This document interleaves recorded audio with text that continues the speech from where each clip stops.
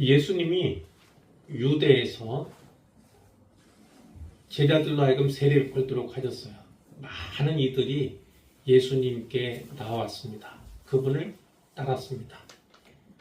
근데 후련히 예수님께서 다시금 갈릴리로 가시기를 원하셨어요. 그런데 곧바로 갈릴리 향해 가신 것이 아니라 유대인들이 다니던 길이 아니라 사마리아 그 길로 가기를 원하셨습니다. 그래서 지난주에 수가성 우물 곁에서, 정확히는 야곱의 우물이죠. 그러니까 세겜일 거라고 추측할 수 있는데, 그 우물 곁에서 한 사마리아 여인을 만나주신 사건을 우리가 살펴본 바가 있습니다. 상처가 아주 많았던 여인이에요. 동네에서 따돌림을 받던 여인임에 틀림이 없습니다. 그런데 그 여인을 회복시켜 주세요. 어떤 기적을 베푸신 것이 아닙니다. 물론 그녀가 남편에 대해서 이야기할 때 그것에 대해서 동의하고 또 선견적인 그런 말씀을 하셔서 깜짝 놀랐죠. 아, 선지자이신가 보다. 이렇게 이와 같은 기적이란 기적을 베푸시긴 하지만 소위 말했던 표적, 이것은 아니었던 것을 우리가 볼 수가 있는데요. 그렇게 말씀으로, 대화로 그 여인을 회복시키는 것을 우리가 살펴본 바가 있어요. 그 여인은 그렇게 짧은 시간입니다. 짧은 시간이었지만 크게 변화를 맞게 되는데, 그것을 제가 이렇게 설명한 바가 있어요.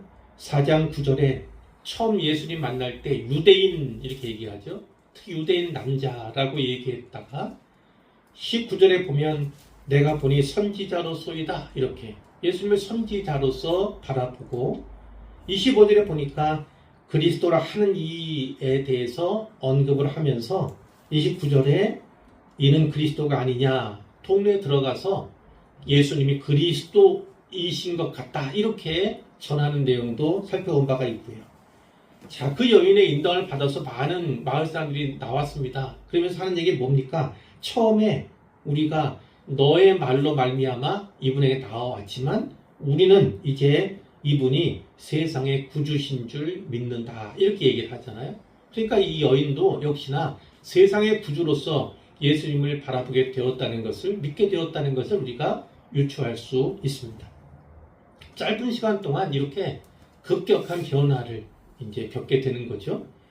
성경에 기록되어 있지만 이렇게 예수님 만나서 변화된 사람이면 그 이후의 삶이 또 어떻게 변화됐을까 우리는 기대할 수 있습니다.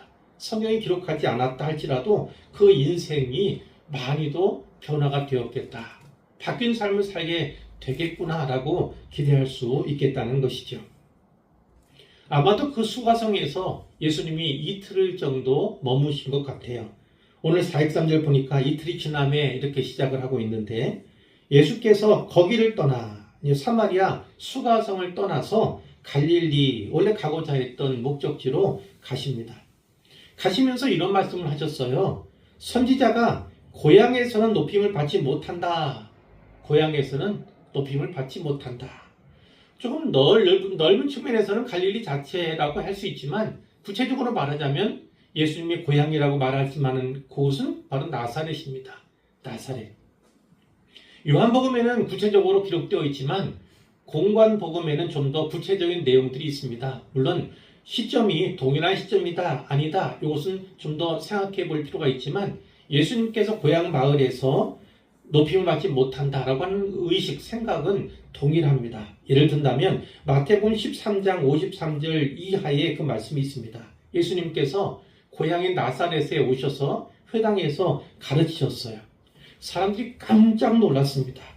이 사람의 이 지혜와 이런 능력이 도대체 어디서 났느냐. 그러면서 하는 얘기 뭡니까? 목수의 아들인데 그 어머니는 마리아고 그 형제들은 야고보, 요셉, 시몬, 유다 그들이 아니냐. 그 형제 예수가 아니냐. 이렇게 얘기를 합니다. 또 너희들은 우리와 함께 있다. 도대체 이 사람이 이 모든 것 어디서 났느냐 이렇게 궁금하게 됩니다. 놀랍게 여겨요. 그럼에도 불구하고 성경은 뭐라고 하냐면 예수님을 그들이 배척했다 이렇게 이야기를 합니다. 예수님이 어떻게 합니까? 선지자가 자기 고향과 자기 집 외에서는 존경을 받지 않음이 없느니라 이렇게 말씀하셨어요. 뒤집어서 말씀하신 거죠. 오늘 본문과는 달리. 그건 무슨입니까? 선지자가 자기 고향과 자기 집에서는 결코 존경받지 못한다. 높임을 받지 못한다. 이렇게 예수님이 말씀하셨다는 부분이 오늘 본문과 동일하다는 거죠. 그래서 예수님이 나사렛에서는 오히려 큰 일들을 버리지 않으신 그런 것이 성경에 기록이 되어 있습니다. 그와 같이 이 말씀, 선지자가 고향에서는 높임을 받지 못한다. 가시면서 이 말씀을 하셨다고 합니다. 갈릴리에 도착했어요. 그랬더니 갈릴리인들이 어떻게 합니까?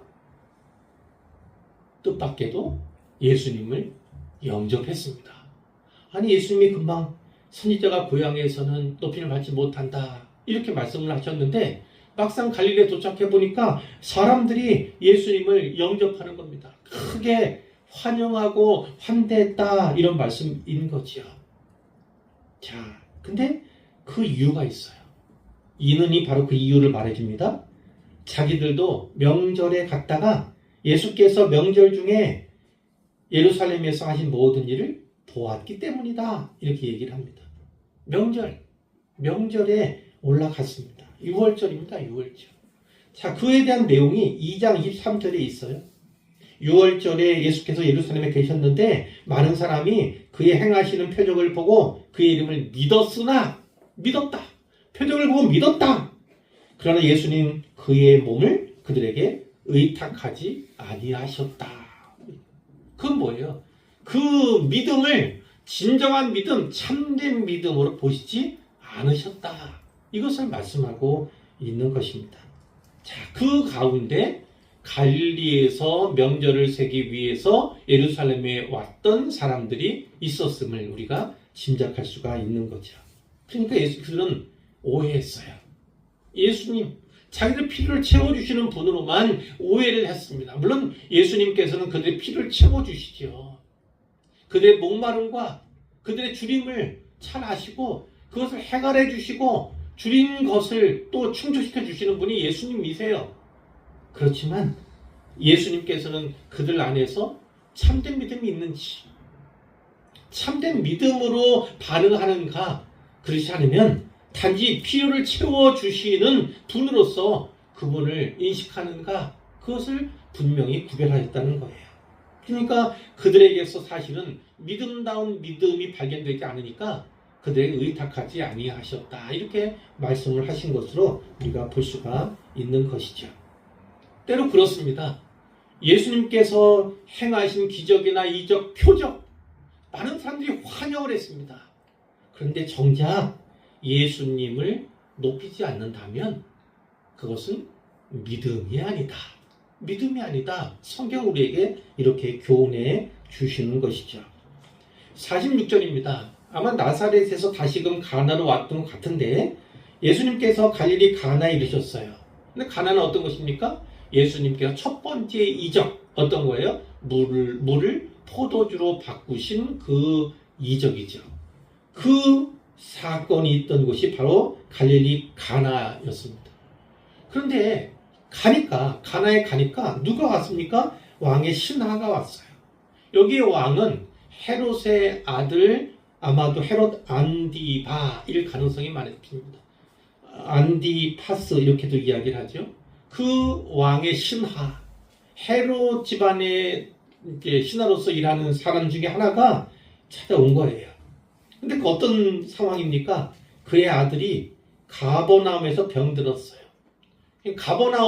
가나는 약 32km 정도 됩니다. 그러니까 거리가 가까운 거리 아니에요. 갈릴리 지방이긴 하지만 거리 자체가 가깝지는 않습니다. 근데 예수님 찾아온 거예요.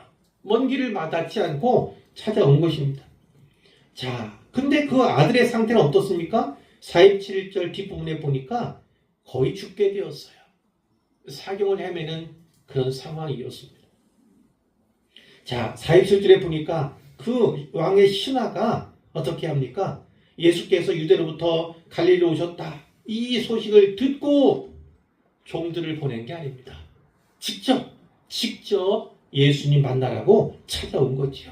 그래야지 아들이 살 수 있겠다. 이렇게 생각을 한 것이고 전에 가나에서 베푸신 기적에 대해서 보았거나 혹은 들었거나 분명한 그런 경험이 있었을 것으로 우리가 생각을 할 수가 있어요. 예수님이라면 고쳐주실 수 있겠다, 이런 믿음을 가지고 찾아오게 된 거죠. 가서 예수님께 청합니다. 간청을 했다는 얘기예요. 내려오셔서 가버나움에 함께 가셔서 내 아들의 병을 고쳐주십시오, 이렇게 간청을 했다는 것입니다. 지금 제 아들이 죽게 생겼습니다. 빨리 가셔서 지금 고쳐주십시오, 살려주십시오, 이렇게 했다는 거예요. 자, 근데 예수님께서 뭐라고 말씀하십니까? 너희는 표적과 기사를 보지 못하면 도무지 믿지 아니하리라. 도대체 누구에게 하신 말씀인가? 생각이 여러 군데일 수 있어요. 예를 든다면 예수님 가나로 갔을 때 또 따라왔던 일단의 갈릴리 사람들이 있었을 거예요. 그들을 향해서 이야기를 했을 수 있어요. 그들이 따라왔다면 왜 따라왔겠습니까? 예수님께서 다시금 행하실 기사와 표적을 보기 위해서 따라온 것입니다. 그래서 따라다니는 그들에게 한 이야기일 수 있어요. 또는 이 아버지에게, 이 병들어 죽어가는 아버지, 왕의 신하에게 한 말씀일 수 있습니다. 너희는 표적과 기사를 보지 못하면, 그 얘기는 뭡니까? 너도 역시 표적과 기사를 바라고 나를 따라왔느냐? 나에게 나아왔느냐? 이렇게 물으신 것으로도 말씀하신 것일 수 있어요. 자, 보지 못하면 도무지 믿지 아니하리라, 이렇게. 그렇다면 예수님의 답변은 그에게 마음 한편에 조금 상처를, 아픔을 주었을 가능성도 있습니다. 예수님이 좀 무뚝뚝한 분인가? 꾸짖는 것인가? 시큰둥한 반응을 보이시는 건가? 이렇게 여길 가능성도 있어요. 그러나 예수님께서는 그에게 일종의 도전을 던져주셨습니다. 도전. 보지 않고, 표적과 기사를 보지 않고도 믿는 믿음에 대해서 도전해 주시기를 원하셨던 것 같아요. 신하가 그 말을 들으니까 한편으로는 약간 시큰둥, 무뚝뚝 그런 반응이라고 본다고 했잖아요. 그러니까 좀 더 강력하게, 진지하게 다시금 말하는 겁니다. 주여, 내 아이가 죽기 전에 내려오십시오. 그런 거 따질 때가 아닙니다. 믿음, 그런 고차원적인 얘기 할 때가 아닙니다. 제 아들 죽게 생겼습니다. 예수님이 가시지 않으면, 저와 함께 가시지 않으면 우리 아들 죽게 생겼습니다. 간절히 구하는 거예요. 예수님이 뭐라고 말씀합니까? 가라. 네 아들이 살아있다. 네 아들 죽지 않았다. 네 아들 살아난다. 이렇게 말씀을 하셨다는 거예요. 그런데 놀라운 것은 그 왕의 신하, 그 아들의 아버지인 이 사람이 어떻게 합니까? 예수께서 하신 말씀을 믿었다는 것입니다. 믿었다. 30km 밖에서 있었던 일입니다. 예수님이 가셔야지만, 그래서 그곳에서 자기 집에서 기적을 베푸셔야만 아들이 살아날 거라고 생각했는데 이제 살아있다, 살아난다, 이 말씀을 믿었다는 겁니다. 그리고 그 말씀 믿고 갔다고 이렇게 이야기를 하는 거예요. 그는 이제 표적이나 기사를 보지 않고도 믿는 믿음을 소유하게 되었습니다. 단지 예수님의 말씀을 믿고 갈 수 있는 믿음, 떠날 수 있는 믿음, 그 말씀을 의지할 수 있는 믿음, 신뢰할 수 있는 믿음, 그 믿음을 갖게 되었다는 것이죠. 51절에 그가 가버나움 자기 집으로 내려갑니다. 그런데 가다가 자기 종들을 만나게 된 거예요. 종들이 그 아들에 대한, 주인의 아들에 대한 소식을 전하기 위해서 급히 오고 있었던 겁니다. 자, 그런데 그 낫기 시작한 때를 물었어요. 언제부터 차도가 있더냐? 언제부터 이제 낫기 시작했느냐? 물으니까 어제 7시쯤에 열기가 떨어졌습니다. 아마 온몸이 불덩이가 됐던 것 같아요. 근데 열이 그때쯤에, 여기서 어제 7시, 7시가 중요한 것은 아닙니다. 물론 7시가 몇 시인지는 말씀드리셨지만 그거 여기서 말씀하고자 하는 것은 그게 몇 시인가가 중요한 것이 아니라 바로 예수님께서 그 아버지인 왕의 신하에게 네 아들 살아있다 이렇게 말씀하신 그 시각과 똑같은 시간, 동일한 시간이라는 것이 더 중요한 거예요. 예수님이 그렇게 말씀하셨을 때 30km 밖에 있던 이 왕의 신하의 집에서는 죽어가던 아들이 다시 회복되기 시작했다는 겁니다. 그것을 여기서 말씀하고 있는 거예요. 그런데 어제 7시잖아요. 어제 7시. 예수님께서 네 아들 살아있다. 이 말씀을 하셨을 때 그가 믿었다고 했습니다. 그리고 출발을 했다고 했어요. 그런데 여기 보면 어제 7시 이렇게 합니다. 어쩌면 이 아버지는요. 곧바로 출발하지 않았는지 모릅니다. 아니면 이제 30km 되는 길을 이 밤중에는 갈 수가 없기 때문일 수도 있어요. 어쨌든 그 아버지는 하루를 더 머문 것입니다. 이 어제라고 하는 단어는 그 아버지가 어떤 믿음의 소유자였는지 어떠한 믿음을 갖게 되었는지 그것을 분명히 보여줍니다. 네 아들 살아있다 이 말씀을 믿게 되었을 때 그는 두려워하지 않았다는 것입니다. 내가 속히 가지 않는다 할지라도 아들이 살아나야 될 것을 그가 확실히 믿게 되었음을 얘기하고 있다. 말씀하고 있다. 이렇게 해석할 수 있는 것이죠. 자, 53절에 거듭 말씀하죠. 그 아버지가 예수님께서 네 아들 살아있다? 이렇게 말씀하신 바로 그때인 줄로 알고 어떻게 합니까? 집으로 갔어요. 그러면서 예수님을 청했을 거예요. 그 다음 예수님께서 가시는 사역이 가버나움에서 이루어지거든요.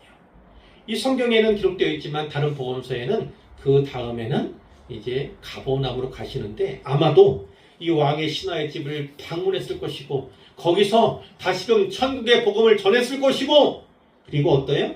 이 왕의 신하뿐만 아니라 온 집안이 다 예수님을 믿게 되는 역사가 있게 되었다. 이것이 오늘 성경의 말씀이에요.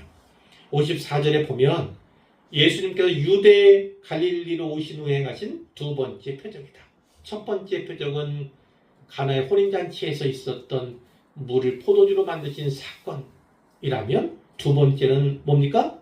바로 이 왕의 신하의 아들, 죽어가던 아들을 살리신 그것도 30km 밖에 있던 그 아들을 살리신. 그러니까 우리 예수님은 어떤 분입니까?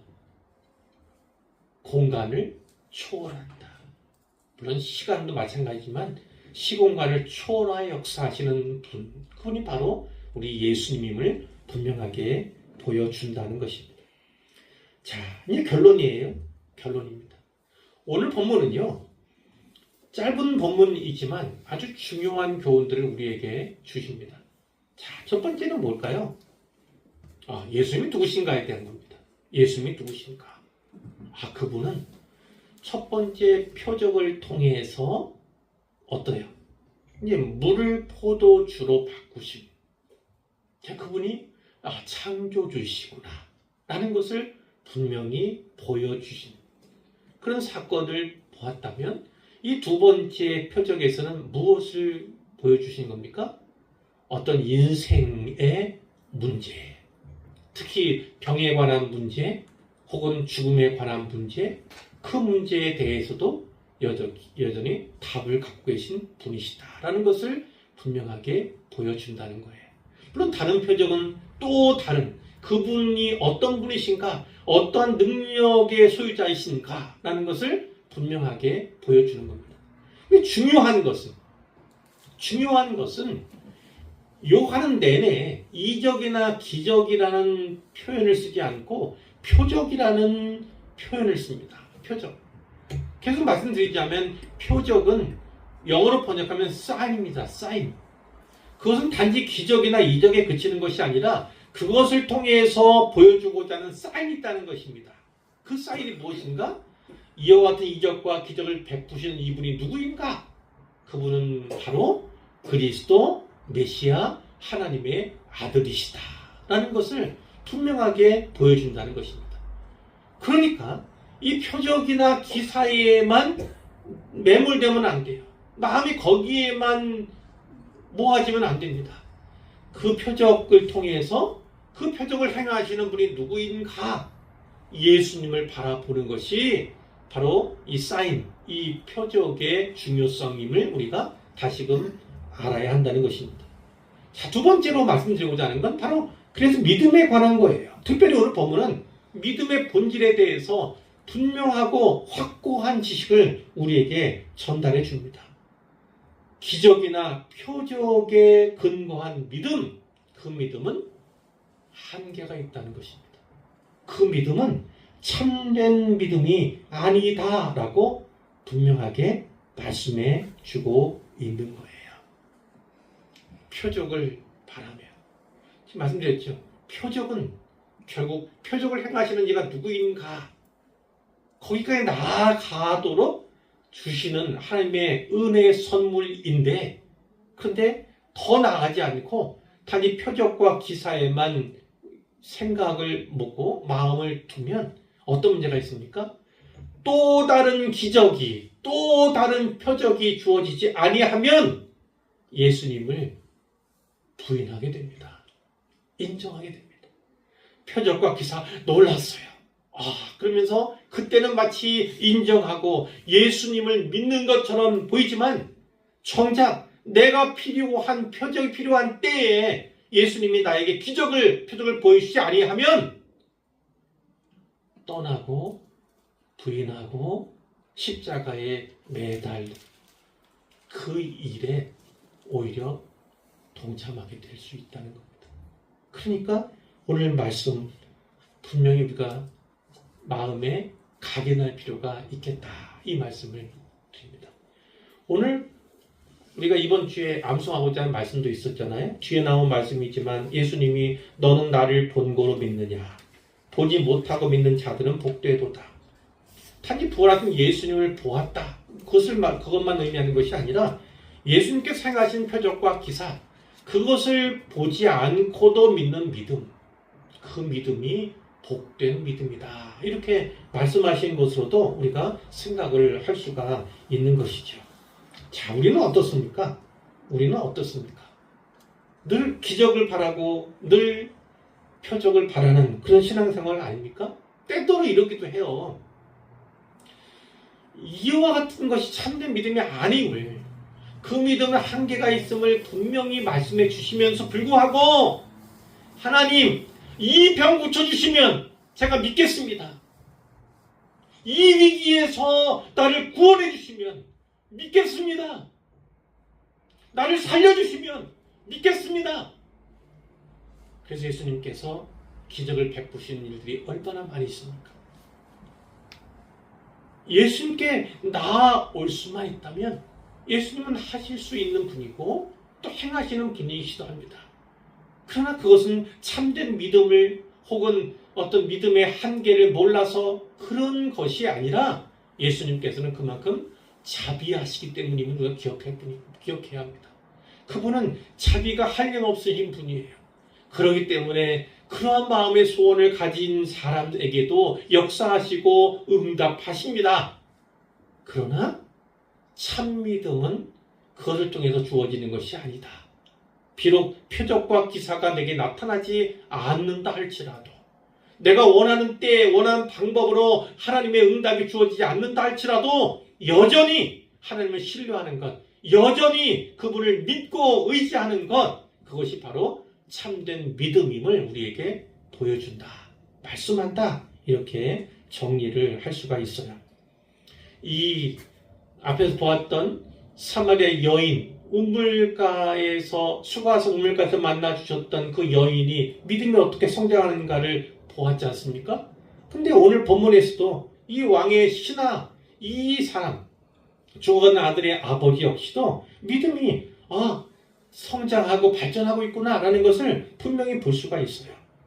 예수님께서 그에게 말씀하신, 너희가 표적과 기사를 보지 못하면, 이렇게 얘기했잖아요. 꾸중하듯이 시큰둥하게 이렇게 말씀하셨잖아요. 그것을 보면 이 왕의 신하, 그 죽어가는 아이의 아버지 없이도 표적과 기사를 구하기 위해서 왔다 이렇게 볼 수 있어요. 그러나 처음에 표적과 기사를 바라고 왔다 할지라도 50절에 보면 예수님께 살아있다, 네 아들 살아있다 이런 말씀을 주셨을 때 그것을 이제 어떻게 해요? 받아들일 수 있는, 그리고 종국의 53절에 보면 이제 예수님을 믿을 수 있는, 예수님이 이 본문에서는요 직접 표적과 기사를 보여주시지 않았어요. 너희가 표적과 기사를 보지 못하면 믿지 아니하리라 이렇게 말씀하셨잖아요. 그리고 직접 표적이나 기적을 행하시지 않으셨다고요. 그것은 30km 밖에서 일어날 일입니다. 그리고 자기를 찾아오던 종들에 의해서 이제 확인되는 그런 뿐이지 직접 이 자리에서 표적과 기사를 행하지 않으셨어요. 또 그 집에 직접 가서 그 아들에게 말씀하시거나 혹은 손을 얹지 않으셨어요. 자, 그것을 이제 처음에 도전하셨다. 특히 이 아버지에게 도전하셨다. 그래서 표적과 기사를 보지 않고도 믿는 믿음을 갖게 하셨다는 것을 우리가 알 수가 있는 겁니다. 이렇게 믿음이 점점 성장한다. 그리고 그만 아니라 온 집안이 다 예수님을 믿게 되는 데까지 이르렀음을 우리가 볼 수 있는 겁니다. 고난에 대해서 말씀을 안 드릴 수 없지요. 고난당한 것이 내게 유익이라. 내가 주의 율례를 배우게 되었나이다. 이런 말씀이 시편에 있지 않습니까? 119편에. 고난은 그런 유익이 있습니다. 고난을 통해서 예수님을 만날 수 있고, 고난을 통해서 예수님을 찾을 수 있고, 고난을 통해서 예수님을 믿을 수 있게 되는 것. 그것이 참된 고난의 의미다. 이렇게 볼 수가 있어요. 사모통에서도 참 병원에 있는 환우들 얘기를 요즘 많이 들었습니다. 상태가 어떻고 누구는 이제 전하여서 우리 교회는 아니지만 다른 교회에 가서 신앙생활을 잘하고 있는, 한 번도 또 빠지지 않고 다니고 있다. 그런 소식을 제가 들은 바도 있어요. 그리고 또 사모가 전화로도 또 기도해주고 또 만나서 또 기도해주는 것을 제가 알고 있습니다. 자, 그런 경우가 있는가 하면 어떤 사람들은 아직 예수님을 알지 못하는 그런 사람들, 물론 안다 혹은 믿는다 이렇게 하기조차 어려울 정도의 상황 형편 가운데 놓여 있는 그런 이들도 있음을 보고 우리가 또 기도하고 있거든요. 그들에게도 기회를 주시기를, 다시금 이 육체가 좀 소상되고 어느 만큼이라도 회복이 되어서 교회에 나올 수 있도록, 예수님에 대해서 복음을 증거받을 기회를 가질 수 있도록 이렇게 기도하는 가운데 있습니다. 함께 기도해 주시기를 바라고요. 누구라도 다 이렇게 고난 가운데 유익이 있다면, 가장 큰 유익이 있다면 그 고난을 통해서 예수님을 찾게 되고 만나게 되고 믿게 되는 것. 그렇게 된다면 그 고난은 고난 없는 때보다 더 큰 유익이 된다. 이렇게도 말씀을 나눌 수가 있겠어요. 자, 또 하나 이제 말씀드리고자 하는 건 기도에 관한 겁니다. 기도에 관한 것. 물론 여기서는 이야기체로 되어 있잖아요. 예수님 찾아와서 전하는. 그러나 전체적인 맥락에 보면 이것도 기도다 이렇게 볼 수가 있어요. 기도다 볼 수 있는데 이 아버지가 어떻게 합니까? 아주 집요하게 끈질기게 거절당한 듯한 느낌도 드는데, 시큰둥한 반응에 좌절할 수도 있는데, 그러나 아들을 살려야겠다, 예수님이 아니면 살 길이 없다, 이런 판단이 드니까, 그런 생각이 가니까 매달리는 겁니다. 끈질기게 바로 끈기 있는 믿음의 기도에 대해서 우리에게 교훈하는 바가 크다 이렇게 볼 수가 있어요. 기도는 그래서 능력이 있습니다. 왜냐? 능력의 하나님과 능력의 예수님과 연결해주는 끈이 바로 기도이기 때문입니다. 그분이 생명의 주인이라면 생명의 주인이신 예수님과 하나님과 우리를 연결하는 끈은 바로 기도입니다. 우리의 소원이 간절한 그분을 위한, 그분의 나라를 위한, 그분의 교회를 위한 간절한 소원이 있다면 그 소원을 아뢰 수 있는 통로일 뿐만 아니라 응답을 통해서 하나님의 뜻을 발견하고 또 그분의 나라 확장을 위해서 쓰임받을 수 있는 기회, 계기, 능력을 얻을 수 있는 것이 바로 기도이기 때문에 그렇죠. 기도 자체도 능력이 있다, 이렇게 볼 수가 있습니다. 연약한 자들이 많이 있습니다. 곤고한 가운데 있는 분도 많이 있습니다. 우리들 가운데도 있지만 우리 곁에도 많이 있죠. 다 그들에게 필요한 것이 무엇이겠습니까? 바로 예수님이 필요합니다. 하나님이 필요합니다. 그렇기 때문에 우리는 그들을 위해서 기도하는 것이죠. 기도는 분명히 응답됩니다. 때로는 시간이 지체되거나 하나님의 때, 그분의 방법, 그 이루어지기까지는 좀 시간이 걸릴 수 있지만 하나님은 분명히 기도를 받으시는 분임을 믿으시기를 바랍니다. 그리고 하나님의 때에 그분의 방법으로 분명하게 역사해 주실 거예요. 죽을 병 걸렸다 할지라도 예수님 찾으면 살아납니다. 예수님 만나면 살아납니다. 예수님 믿으면 살아납니다. 그런데 재미있는 게 하나 있어요. 아니, 아들은 이름이 누군지도 모르고 30km 밖에 있는 상황이라 정확히 기록된 것, 자기 죽을 병. 그런데 어떻습니까? 그 아들이 살아났어요. 그런데 더 중요한 건 무엇입니까? 이 아버지, 아들을 살리고자 하는 이 아버지의 영혼도 살아났음을 보게 된 거예요.